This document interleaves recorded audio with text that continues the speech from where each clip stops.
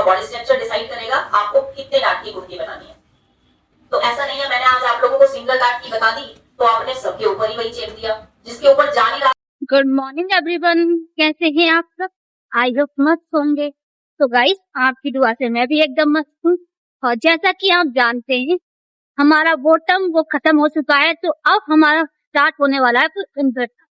तो उसके लिए आपको देखना पड़ेगा फुल ब्लॉग, वीडियो को लाइक, चैनल को सब्सक्राइब करना बिल्कुल मत भूलना। तो ऐसी कुछ ना कुछ सीखते रहे नए से नया। जैसा कि आप जानते हैं, नीचे मैम की टेक्निक से जो कपड़ों की फिटिंग आती है, फिनिशिंग आती है, बहुत अच्छी आती है।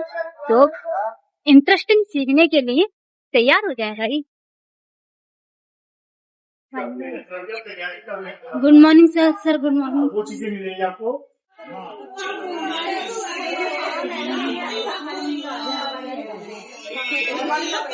कहाँ खेल रही? Good morning ma'am. Good morning very good morning. कैसे हो आप सब? अच्छे ma'am. Sit down.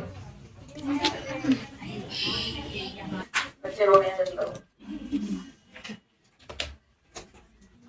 Good morning everyone. Good morning ma'am. कैसे हो आप सब? अच्छे मैम।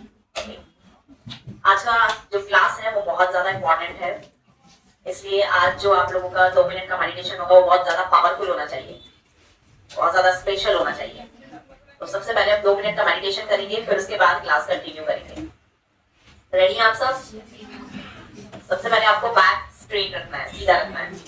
आज की कुर्ती की फर्स्ट क्लास है और आज बहुत पावरफुल क्लास होगी। कोई मेजरमेंट नहीं होगा, कोई मार्किंग नहीं होगा, सिर्फ लेक्चर होगा। और ये 1 घंटे मैं पूरा आप लोगों को लेक्चर देने वाली हूँ। आप सबके हाथों में नोटबुक और पेन होना चाहिए। मैं जो भी इंपॉर्टेंट पॉइंट्स बताऊंगी वो सब आपको नोट करने हैं।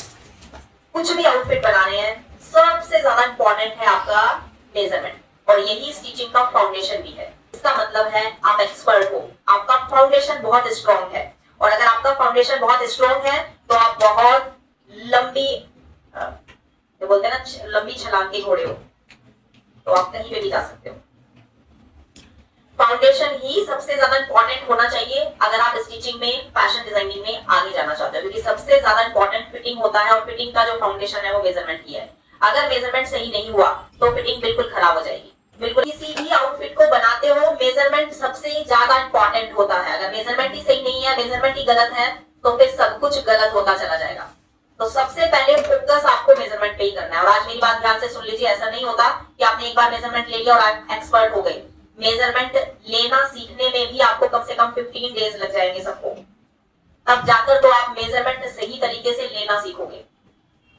आप लोगों को मेजरमेंट लेने से पहले जो टेक्निक्स फॉलो करनी है वो आज हम आप लोगों को बता रहे हैं।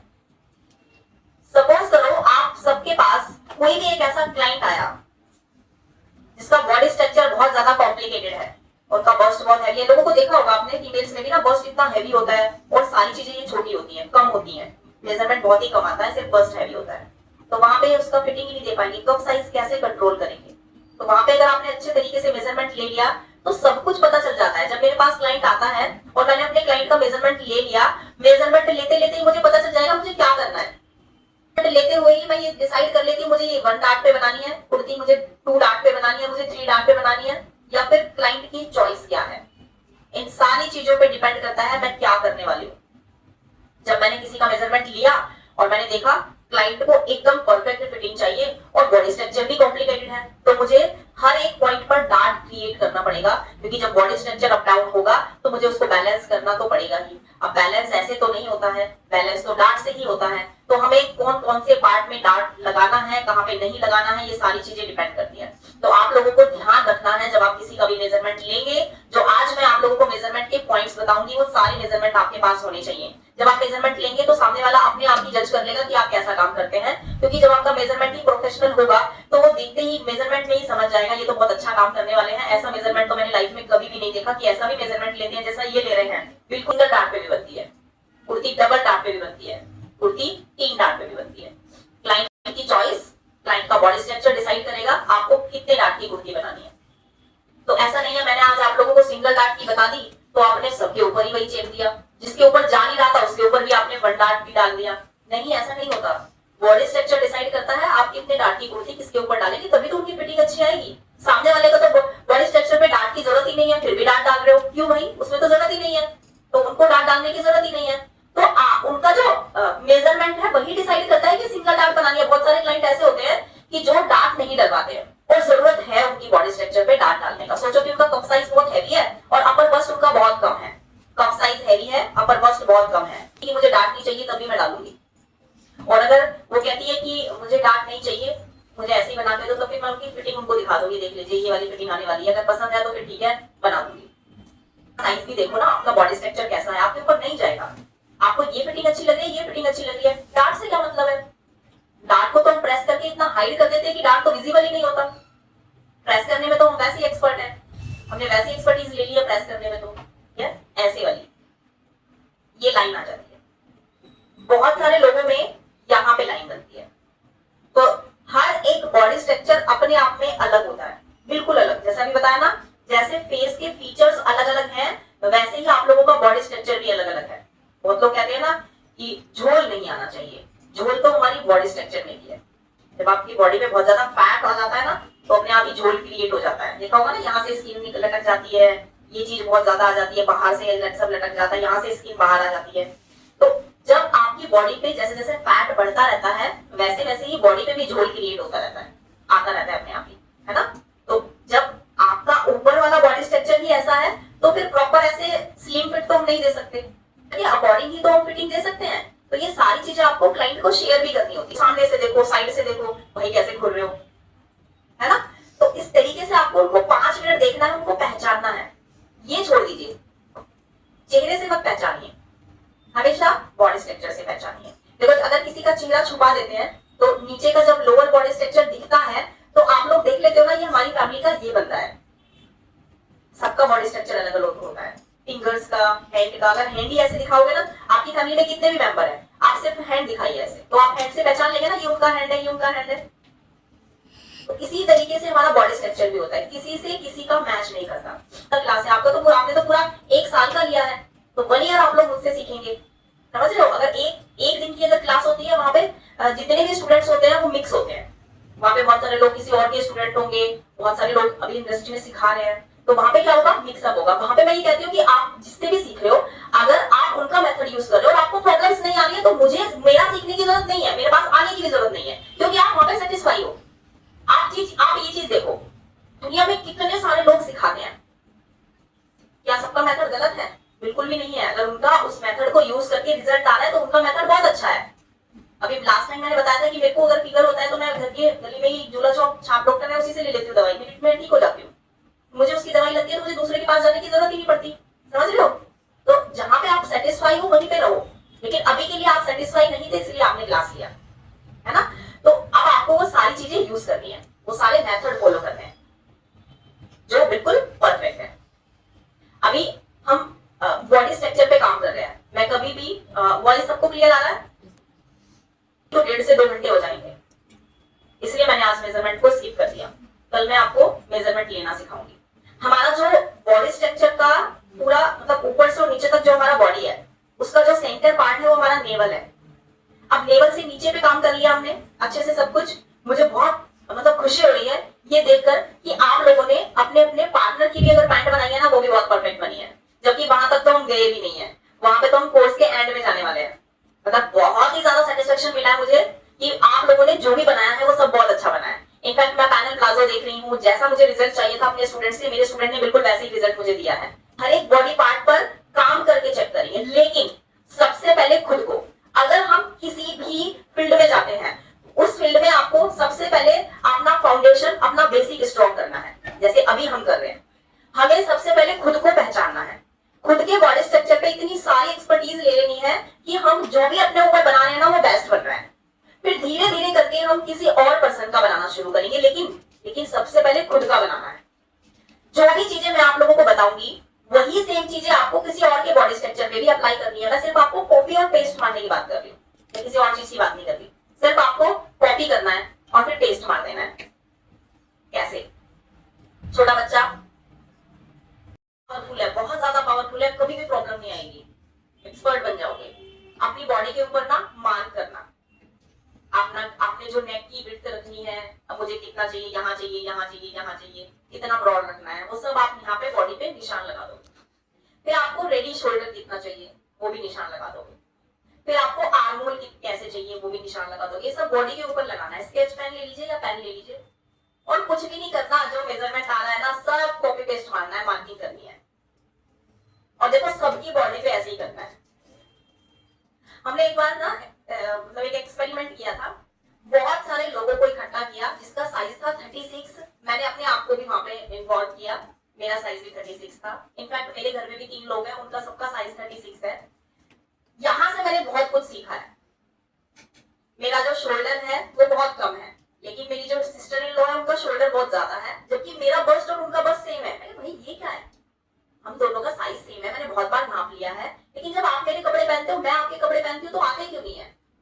उनको हमेशा से मेरे आउटफिट ऐसे टाइट आते हैं और मैं उनके पहनती हूँ तो उनका मेरा नेक बहुत ज्यादा डीप हो जाता है, बहुत ज्यादा ब्रॉड हो जाता है। उनका ये जो शोल्डर है ये मेरे को बहुत लूज आता है। क्या रीजन है? Body structure. साइज सेम है, साइज 36 ही है। अब आप ये सोचो कि मेरे पास इतने सारे स्टूडेंट्स के मैसेज आते हैं जिन्होंने मेरा क्लास नहीं लिया है, कहते हैं कि मैम मेरा साइज ना 40 है, मुझे कितना शोल्डर लेना चाहिए, मुझे कितने इंच पे आर्म होल का मार्किंग करना चाहिए। सवाल ही गलत है, सवाल ही गलत है। लेना होता है, ये कैसे लेना होता है? बहुत सारे लोग कहते हैं मैम मुझे बाजू की कटिंग करनी है, तो मुझे वो कटिंग कितने इंच पे करनी चाहिए। सवाल ही गलत है। तो जब सवाल ही गलत है तो उसका आंसर क्या होगा? कुछ भी नहीं होगा। समझ रहे हो कि ये चीज लोग जो पूछते हैं ना, उनके सवालों से ही मैं जज कर लेती हूँ उनको कितना नॉलेज है। नॉलेज ही नहीं आपको। तो हमें इन सब चीजों में एक्सपर्टीज लेनी होगी। सबसे चीजें आती है, जैसे कोई भी आउटफिट आप डमी में देखते हो बहुत बढ़िया फिट आता है। एक आउटफिट है जो डमी में बिल्कुल फिट आ रहा है, वो मुझे नहीं आता क्योंकि मेरा बॉडी डमी से मैच नहीं करता भाई, इसलिए नहीं आता। अगर मैंने अपनी बॉडी स्ट्रक्चर के अकॉर्डिंग एक ब्लाउज बनाया और वही ब्लाउज मैंने डमी को बनाया, डमी को आएगा ही नहीं। मेरा फिटेड ब्लाउज ना 8 नंबर डमी को आता है ना 10 नंबर डमी को आता है। मेरे सभी मेरी टीम को पता है। जो चीज मुझे फिट आती है, जो चीज आपको फिट आती है, वो डमी पे बिल्कुल फिट नहीं आ सकती। वो वाला पॉइंट आएगा ही नहीं, डमी के हिसाब से बना ही नहीं है। डमी पर सिर्फ ये पार्ट हम डिजाइन करते हैं।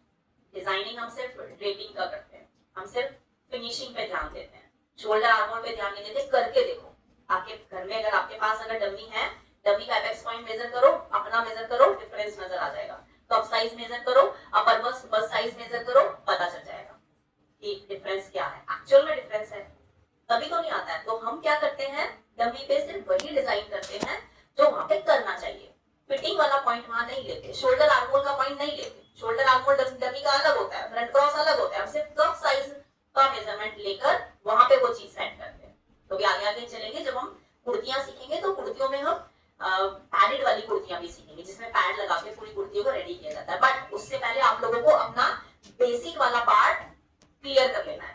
बेसिक स्ट्रॉन्ग होगा तभी आगे चल के आप काम कर पाओगे। अगर बेसिक ही स्ट्रॉन्ग नहीं होगा तो बिल्कुल काम नहीं हो सकता। अब मैं आपको टॉप से नेवल पार्ट तक बताऊंगी।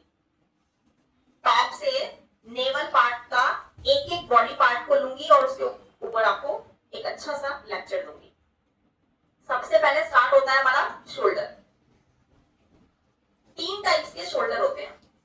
एक होता है स्ट्रेट, एक होता है थोड़ा सा डाउन और एक होता है प्रॉपर डाउन। जो मीडियम वाला मैंने बताया है ना, जो सेकंड आता है, वो 90% लोगों में आता है। 90% लोगों में आपको शोल्डर बहुत कम डाउन मिलेगा और जो बाकी के 10% लोग बचे हैं ना, उसमें स्ट्रेट शोल्डर भी आ गया, उसमें बहुत ज्यादा डाउन भी आ गया। जो बाकी के 10% लोग हैं, सोच रहे हो सबसे ज्यादा नंबर किसका है? 90% लोग, जिसमें शोल्डर डाउन होता है नॉर्मल। किसका शोल्डर डाउन कितना होता है बॉडी मेजरमेंट में भी नाप सकते हो। एपेक्स पॉइंट नेक लाइन के पास से, एपेक्स पॉइंट शोल्डर का लास्ट पॉइंट, डिफरेंस देखो कितना है, शोल्डर डाउन मिल गया। सोच रहे हो? समझो, इमेजिन करो कि एपेक्स पॉइंट से नेक लाइन, बिल्कुल नेक के पास का ये लेंथ नापो, फिर एपेक्स पॉइंट से शोल्डर का लास्ट पॉइंट नापो। ये आपको कम मिलेगा, ये आपको ज्यादा मिलेगा। तो आपको पता चल गया आपका शोल्डर डाउन कितना है। है ना। तो ऐसे ही आपका जो शोल्डर डाउन होता है हर बॉडी स्ट्रक्चर पे अलग अलग होता है, लेकिन जब आपको बॉडी स्ट्रक्चर का नॉलेज हो जाएगा, जब आपके पास कोई भी ऐसा क्लाइंट आएगा जिसका शोल्डर डाउन बहुत ज्यादा है, तब आप तुरंत से मेजरमेंट लेते हुए बोलेगा शोल्डर गिरते हैं, वो बोलेगा यस। अब आप एकदम से उसको बोलोगे मैं बनाऊंगी तो भी गिरेगा। आप मेरे पास आए तो हो, लेकिन मैं बनाऊंगी तो भी गिरेगा। क्यों गिरेगा? ये शोल्डर ही डाउन है। सोचो कोई भी चीज ऐसी है, अभी कोई भी चीज आप यहाँ पे रखोगे नीचे ही गिरेगी, ऐसे है कुछ भी चीज यहाँ रखोगे नीचे ही गिरेगी ना। फ्लाईओवर पे गाड़ी चढ़ी, फ्लाईओवर से नीचे उतरी तो क्या होगा? बिना ब्रेक के रुकेगी? बिना ब्रेक के नहीं रुकेगी ना। ब्रेक फेल हो गया क्या करोगे? टायर के नीचे पत्थर रखोगे, रोकोगे उसको, सपोर्ट मिला ना। ठीक है, इतनी बात समझ में आ गई। अभी अगर हम से बच्चों का झूला होता है, बच्चे क्या करते हैं? ऊपर चढ़ते हैं, फिसलते हैं, ऊपर चढ़ते हैं, फिसलते हैं, रुकते हैं? नहीं रुकते, पर रुक जाते हैं। वो शैतानी किए बिना नहीं मानेंगे, तो बीच में पैर को फंसा लेंगे। फंसा लेंगे तो उन्होंने सपोर्ट ले लिया, रुक गए। अभी अगर आपका शोल्डर प्रॉपर डाउन है, कैसे रुकेगा? सपोर्ट, सपोर्ट देना पड़ेगा। अब सपोर्ट क्या है? सोचो सपोर्ट क्या है, इमेजिन करो, बहुत सारे सपोर्ट मिलेंगे अभी। सबसे पहले आता है डोरी। अगर किसी का भी शोल्डर डाउन है तो बिना डोरी के रुकने नहीं वाला है। मैं भी करूंगी तो मैं भी नहीं रोक सकती, मेरे पास इतनी पावर नहीं है, किसी भी इतनी ऐसे है और मैं बिना ब्रेक के गाड़ी को रोक पाऊँ, और मैं पत्थर भी नहीं लगा रही, वो गाड़ी नीचे जाएगी, चाहे वो ड्राइवर कोई भी हो, मैं भी हूं तब भी। ठीक है। अभी अगर हम किसी भी ब्लाउज में, किसी भी कुर्ती में डीप नेक बनाते हैं, फ्रंट से भी डीप है, बैक से भी डीप है, बिना डोरी के रुक नहीं सकता। मैं भी हूं, कोई भी है, या दुनिया का कोई भी एक्सपर्ट है, नहीं रोक सकता, बिल्कुल नहीं रोक सकता। शोल्डर डाउन है, रोक के दिखाओ, नहीं रुकेगा। आप रोक सकते हो, सपोर्ट दे सकते हो। अब वो सपोर्ट क्या है? वो सपोर्ट डोरी हो सकता है, वो सपोर्ट बॉन्ड नेक हो सकता है, वो सपोर्ट ड्रॉप नेक हो सकता है। आपने पीछे पैक बनाया, डीप चाहिए, आपने ऐसे सर्कल बना दिया, ऊपर से पैक है, नीचे से सर्कल है, ऐसे आप फ्रंट में भी कर सकते हो। क्लाइंट को पर्स रखना है यहाँ पे, क्लाइंट को फ्रंट से डीप चाहिए, बैक से पैक कर दो, सपोर्ट दे दो बैक से। ठीक है। अभी क्लाइंट को पीछे से डीप चाहिए होता है, फ्रंट से पैक कर दो, कुछ तो सपोर्ट दो, बिना सपोर्ट के नहीं रुकेगा। ठीक है, क्लियर कट बोलो। आपका शोल्डर डाउन है, कोई नहीं रोक सकता, मैं भी नहीं रोक सकती, या दुनिया का कोई भी आदमी होगा वो नहीं रोकेगा, मतलब रोक ही नहीं सकता, रुकेगा ही नहीं, क्योंकि शोल्डर बहुत ज्यादा डाउन है। अभी बात करते हैं हम बीच वाला शोल्डर, जिसका नॉर्मल है, थोड़ा सा डाउन है। वहां पे कुछ भी करोगे चलेगा, दौड़ेगा। ठीक है, कितना भी डीप नेक बनाओगे, कुछ भी करोगे, सब चलेगा, सब दौड़ेगा, बॉडी फिट है, मजा आएगा बनाने में, क्योंकि मीडियम बॉडी स्ट्रक्चर है। और जहां पे आपका शोल्डर एकदम सीधा है, वहां पे तो कुछ भी करने की जरूरत नहीं है। वैसे बहुत ही नॉर्मल से क्लाइंट होते हैं, वो बहुत ही कम क्लाइंट होते हैं। लाइफ में आपको 1 या 2% लोग ऐसे मिलेंगे जिनका शोल्डर बिल्कुल सीधा होगा। मेरी क्लास में तो शायद अभी मैं बताऊंगी, ये अभी तो नहीं बता सकती। लास्ट ईयर क्लास में ऑफलाइन में एक ऐसी स्टूडेंट थी जो काफी एजड थी, और उनका अपर बस्ट और बस्ट साइज में बहुत ज्यादा डिफरेंस था, एंड वो क्लास लेके बहुत हैप्पी रही, क्योंकि उनकी किसी ने फिटिंग नहीं दी। उन्होंने आखिरी में सोच लिया सीख ही लूंगी, सीखूंगी तभी फिटिंग दूंगी। बहुत अच्छी फिटिंग देती थी, अनीता था नाम उनका, और ब्लू कलर का ड्रेस, वो एज अ फैशन डिजाइनर उन्होंने फैशन शो में पार्टिसिपेट किया था। ब्लू कलर का जो उन्होंने वन पीस बनाया था, आप लोग हैरान रह जाएंगे कि इतना एजेड पर्सन होकर उन्होंने वेस्टर्न आउटफिट बनाया। और यकीन मानिए मैंने उनको मेजरमेंट भी नहीं दिया था, मैंने उनको सिर्फ बस्ट साइज दिया था, और उन्होंने जब ड्रेस बना के साथ वो फैशन शो में आई थी, तो एक सिलाई लगाने की जरूरत नहीं पड़ी थी, मॉडल पे एकदम फिट आया। पिछली बार लास्ट ईयर जितने भी फैशन शो में स्टूडेंट्स ने पार्टिसिपेट किया है, हम लोग यहाँ से मशीन लेकर गए थे, लेकिन उन मशीनों का यूज नहीं हुआ। किसी भी आउटफिट में कोई ऑल्टर नहीं था, मैंने किसी भी मॉडल का मेजरमेंट तक नहीं दिया था अपने स्टूडेंट्स को, सिर्फ मैंने बोला था इतने बस्ट साइज के अकॉर्डिंग बना दो, उन्होंने सब वही किया। कुछ नहीं दिया मैंने, सिर्फ मॉडल की हाइट बताई थी, इतनी हाइट है और उसके अकॉर्डिंग आपको लेंथ डिसाइड करना है, और बस्ट साइज ये है, उसके अकॉर्डिंग सारे मेजरमेंट निकालने हैं। स्टूडेंट्स ने खुद निकाले। हैरान लगी थी कि मशीन लेकर गए, मशीन का यूज ही नहीं हुआ। फैशन शो में कोई मशीन का यूज नहीं किया गया। और आप लोग फैशन शो में जो मॉडल्स ने आउटफिट पहने थे, स्टूडेंट्स ने जो बनाए थे, उनकी फिटिंग देख सकते हो, है ना, आपने देखी होगी वीडियोस में भी, फिटिंग देखो कैसी। तो जब हम बॉडी स्ट्रक्चर पे काम करते हैं तो अल्टीमेट लेवल का रिजल्ट आता है। तो आप लोगों का भी ऐसे ही आना चाहिए। मुझे बहुत एक्सपेक्टेशंस हैं आप लोगों से। मैं चाहती हूँ कि आने वाले समय में आप ही लोग एक ऐसे डिजाइनर होंगे जो मेरा नाम रोशन करेंगे, और यही उम्मीद से मैं आप लोगों को ट्रेंड कर रही हूँ। और यही मैं चाहती हूँ कि मेरे नाम से सुनकर आप लोगों के पास लोग ना जाएं, आप लोगों का काम देखकर लोग आपसे पूछें आपने कहाँ से सीखा है, आपने कहाँ से ट्रेनिंग ली है, आप इतने एक्सपर्ट कैसे हो। और आपके काम से ही लोग मुझे जज करेंगे कि उसने आप लोगों को कैसा ट्रेंड किया, तो उनके पास कैसी नॉलेज हो। यही मैं चाहती हूँ बस। और मैंने वर्ल्ड रिकॉर्ड भी बनाया है, आप लोगों को भी दिखाना चाहूंगी। उसमें मैंने अपने आप को प्रूव किया है। उसमें मैंने 15 मिनट में 57 डिफरेंट ब्लाउजेस के पैटर्न कटिंग किए हैं। विद इन 15 मिनट, 15 मिनट में 57 डिफरेंट टाइप्स के ब्लाउजेस के पैटर्न कटिंग किए हैं, include front part, back part and sleeves.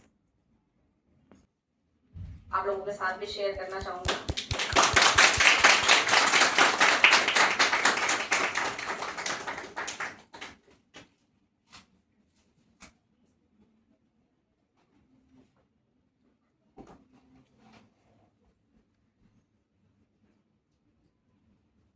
Certificate मिला है, मेडल मिला है,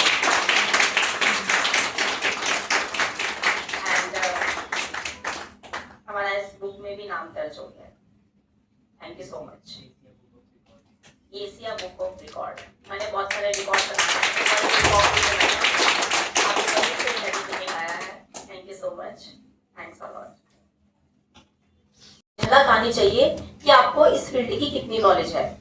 आपका काम देखकर, आपका रिजल्ट देखकर लोग ये जज कर पाए कि आपको कितनी नॉलेज है।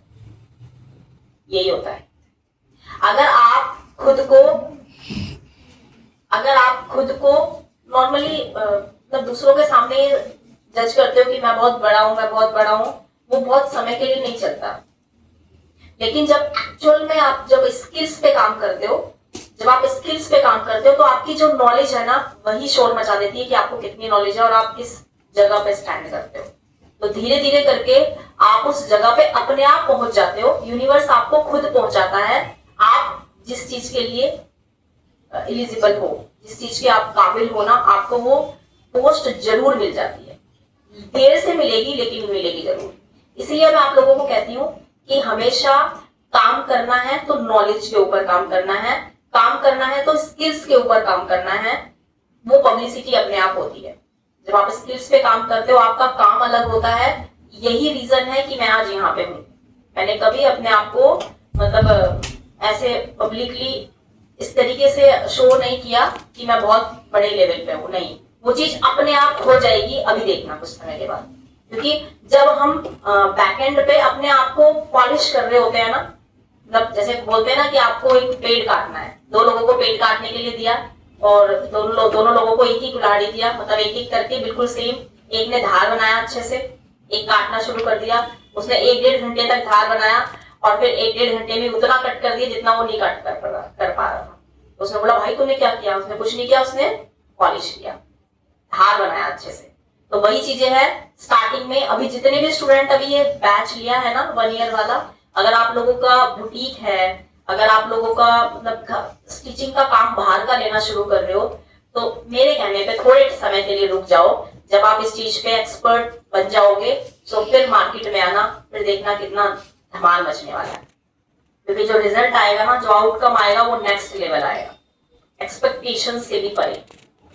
शोल्डर अच्छे समझ में आ गया?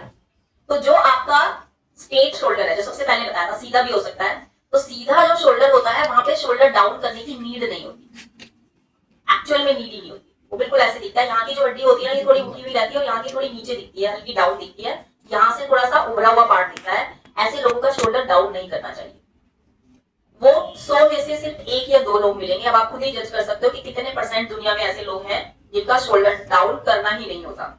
बाकी मैक्सिमम लोगों में शोल्डर डाउन करना ही होता है।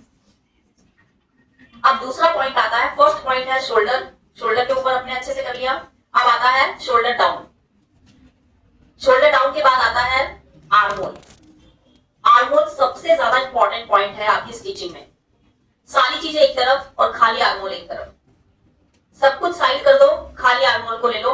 अगर आर्म होल ही मैच कर दिया तो सवाल ही पैदा नहीं होता कि फिटिंग ना आए। अगर आपने किसी भी आउटफिट को बनाना है, किसी भी कुर्ती को बनाना है, सामने वाले ने कहा लूज बना दो, ध्यान दीजिए इस बात पे। सामने वाले ने कहा मैं लूज कुर्ती पहनती हूँ, तो ध्यान रखना आर्म होल लूज मत कर देना, गलत हो जाएगा। कुर्ती लूज करने से आर्म होल लूज नहीं कर देना। कुर्ती लूज करने को बोला है उसने, आर्म होल लूज करने को नहीं बोला।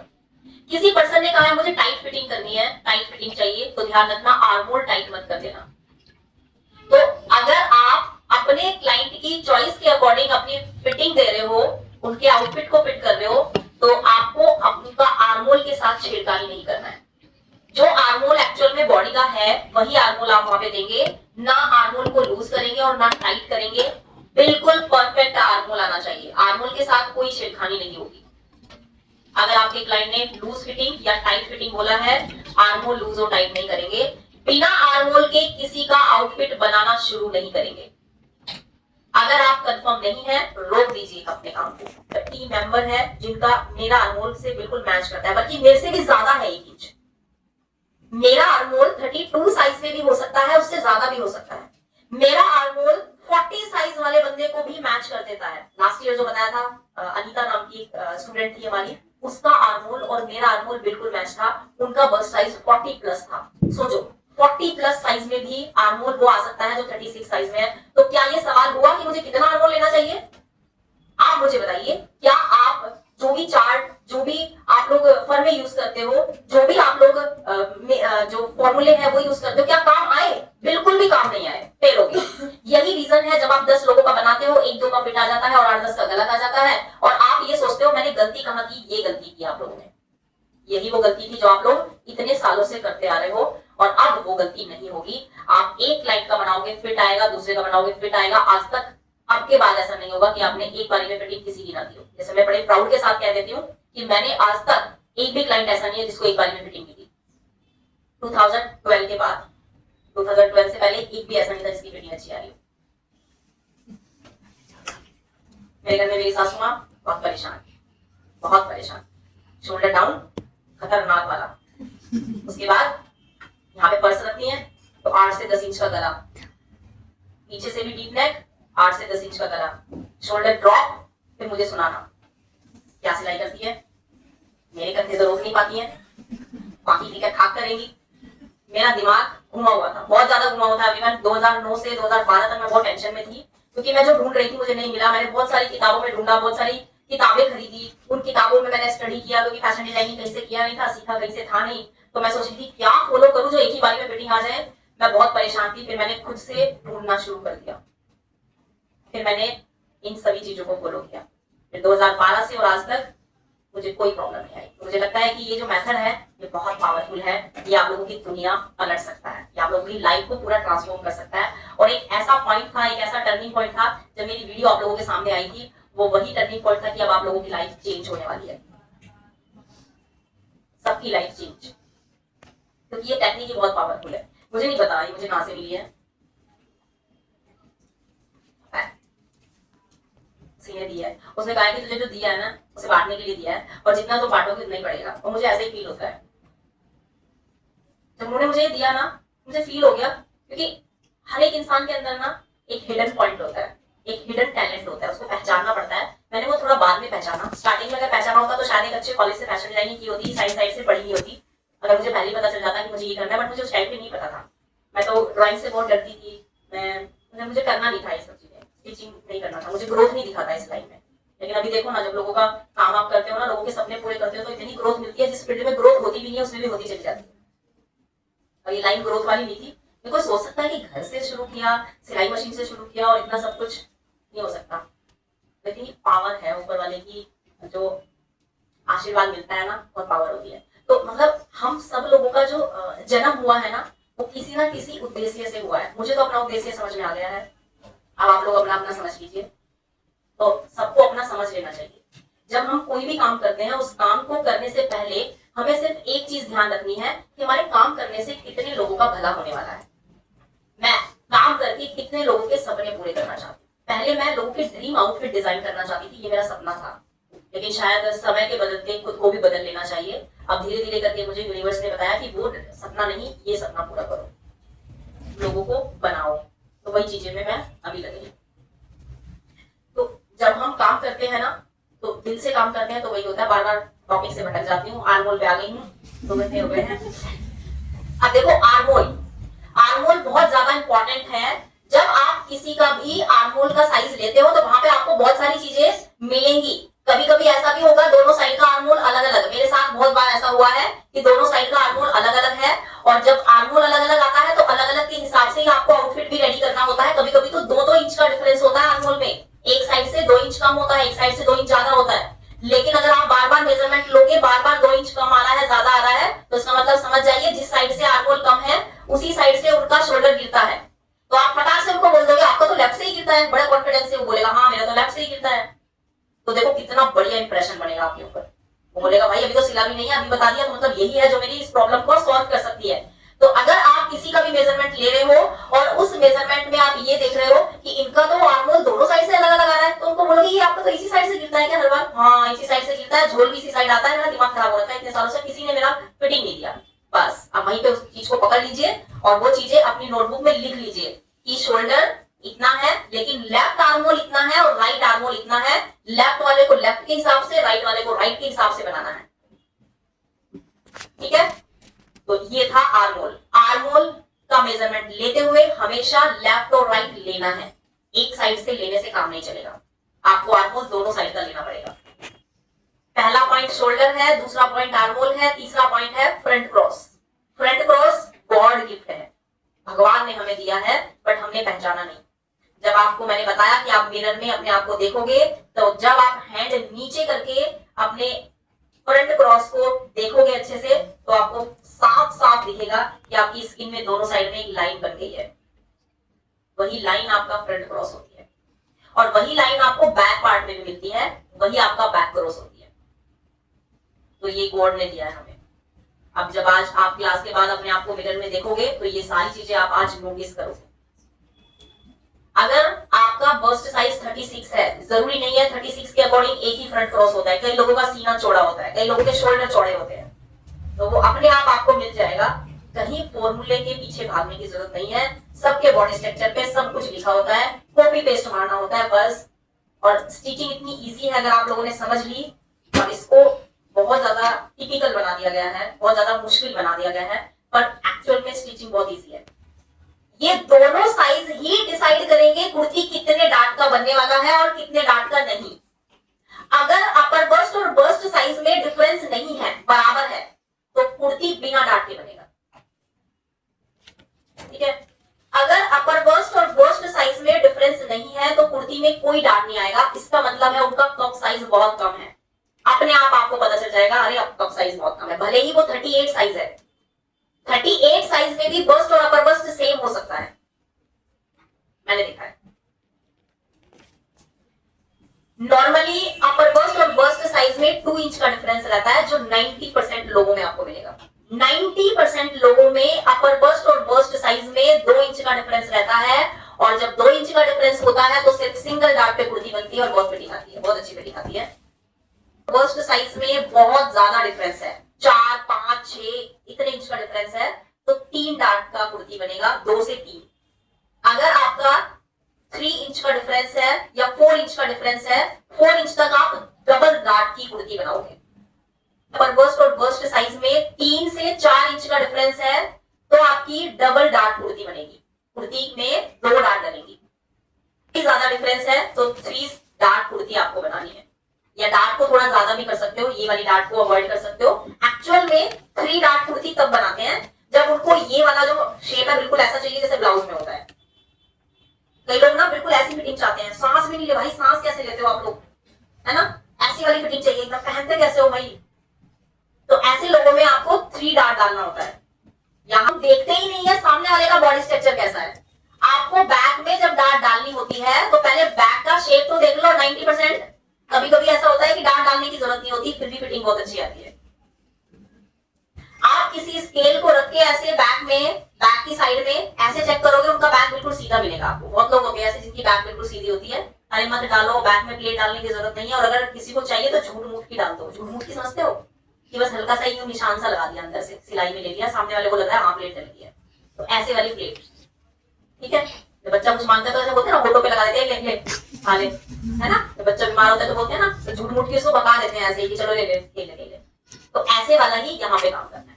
बहुत लोगों को डार्ट पसंद नहीं होती, उनको आर्महोल में डार्ट नहीं चाहिए, तो उनको पहले एक बार ट्रेलर दिखा दो भाई। अगर डार्ट नहीं चाहिए तो देख लो ऐसी फिटिंग आएगी, फिर मत बोलना आर्महोल में झोल आ रहा है, यहाँ झोल आ रहा है। आएगा तो चला लोगे ना, हाँ चला लूंगी, फिर ठीक है, कोई बात नहीं, मुझे भी कोई प्रॉब्लम नहीं है, ठीक है। यहाँ से अंदर होता है, फिर ऐसे हिप वाले पार्ट से बाहर आता है ना सबका। लेकिन वो जो अंदर वाला पार्ट है, जो अंदर जाना है, उसी की लेंथ आपको शोल्डर से लेनी है। तब आप डिसाइड करोगे कि मुझे डार्ट कहां से सबसे अंदर डालना है। ऐसा करोगे तो पीछे का जो बॉडी शेप है वैसे ही शेप में डार्ट भी आएगा। बिल्कुल मेरा देखा था पीछे, मैंने फाइनल लुक दिखाया था कुर्ती में, एग्जैक्ट सेम जगह पे डार्ट डाला गया था। जहां से बॉडी का सबसे ज्यादा अंदर वाला पार्ट है, वहीं पे ही डार्ट का भी सबसे ज्यादा अंदर वाला पार्ट। तो ये सबके बैक में अलग अलग होता है, सबके में अलग अलग होगा। कोई फॉर्मूला नहीं है कि हाँ इतने से इतने ले लो, इतने साइज में इतने लो, नहीं, ऐसा नहीं है। कई लोगों की हाइट बहुत ज्यादा होती है, कई लोगों की हाइट बहुत कम होती है, उसी के हिसाब से वेस्ट का लेंथ लिया जाता है। बहुत सारे बुटीक ओनर है जो ये सब चीजें समझाते नहीं है, तो क्लाइंट को भी बेचारों को पता नहीं होता, जिधर मुड़ेंगे उधर ही मुड़ जाते हैं वो भी। उनको एक्चुअल में बताना होता है, और बताने का मतलब है जिसमें उनका भी फायदा है, हमारा भी फायदा है। जैसे बहुत बार क्लाइंट मेरे पास आता है तो वो सिंपल ब्लाउज है, इसकी बिल्कुल ही सिंपल सी ब्लाउज है, और उसने बोला ये ब्लाउज पैडेड बनवा दो। अब मेरा तो फायदा है इसमें, पैडेड बनाऊंगी तो मेरा तो चार्ज ज्यादा होगा, है ना। तो मैं क्या करती हूँ, मैं बोलती हूँ पैडेड बनवाने की जरूरत नहीं है, इसको सिंपल ही बनाओ, क्योंकि ये तो आप फिर डेली यूज में पहन ही नहीं पाओगे पैडेड बनवा दिया तो, है ना। नॉर्मली तो ये वैसे ही है, तो आप इसको नॉर्मल बनाओ। अभी किसी क्लाइंट ने मेरे पास लहंगे का ब्लाउज दिया मुझे, तो अभी मैं क्या बोलूंगी, उन्हें बोला सिंपल बनाना है मुझे, तो हुक आगे हुक चाहिए और सिंपल बनाना है, तो मैं उनको बताऊंगी ना कि सिंपल बनवाओगे लहंगे का खराब हो जाएगा पूरा लुक, लहंगे के ब्लाउज में पैडेड ब्लाउज ही अच्छा लगता है, तो पैडेड बनवाओ।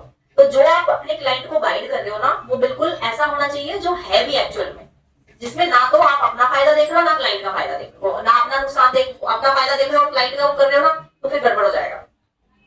तो हमेशा ऐसा काम करना चाहिए जो बिल्कुल लगे कि हाँ एक्चुअल में ये है, सही सजेस्ट कर दिया वो। तो अगर आप किसी दिन उनको ये भी बोलोगे ना, तो उनको लगेगा हाँ यार ये तो जेन्युइन बंदा है, मतलब फायदा था इसका, इसमें ये बना देती पैडेड, लेकिन फिर भी देखो गाइड बिल्कुल सही से किया है। तो अगली बार जब आएगी ना, तो वो आपकी सजेशन लेंगे। जैसे मेरे क्लाइंट आते हैं ना, कुछ सोच के नहीं आते, लो जो बनाओगे बना दो बस, बना दो बस, नहीं टाइम नहीं है, प्लीज बना दो बस। मतलब अभी तो ऐसा हो गया है। पहले क्या हुआ होता था, जब नई स्टिचिंग क्लासेस नहीं देती थी, तब तो ये रहता था कि चलो बन जाएगा, लेट हो जाएगा, तो आपस में क्लाइंट डिस्कस करते थे, गली मोहल्ले में खड़े होके, भाई निशा को दे दिया, भाई तू निशा को 2 महीने पहले दिया कर, तभी वो तेरा, नहीं तो पता चले तेरी शादी भी होगी तब दे दिया वो देखो। तो ऐसा होता है, मतलब 2 लोग आपस में बात करें, भाई अच्छा उनके कपड़े आप ही ना सिले हैं, हाँ मैं सिले, हाँ वो बता तो रही थी, किसी को कह रही थी भाई निशा को मत दियो, वो तो तेरी शादी के बाद ही देती। मतलब जब काम ज्यादा आता है और करने वाले कम होते हैं तो ऐसा ही होता है। एक बार ऐसा ही हुआ था मेरे साथ, बहुत बार ऐसा हुआ है कि मतलब लोगों की शादियां नहीं पड़ चुकी है, कपड़े नहीं मिले। अब क्या बताऊं मैं आपको, जब होता है, जब हम काम कर रहे होते हैं ना, और एकदम से जब आपका बिजनेस स्पीड पकड़ता है ना, तो आप कंट्रोल से बाहर हो जाते हो, फिर आप मैनेज करना थोड़ा सा मुश्किल हो जाता है। कुछ समय ऐसा आता है, जैसे अब एकदम से मेरे पास, मैं स्टूडेंट्स को क्लासेस देती थी, तो फिर एकदम से स्टूडेंट्स, नंबर ऑफ स्टूडेंट अब बढ़ने लगे, तो थोड़ा सा मैनेजमेंट में कुछ समय लगता है चीजों को मैनेज करने में, बट अभी सब कुछ ठीक है।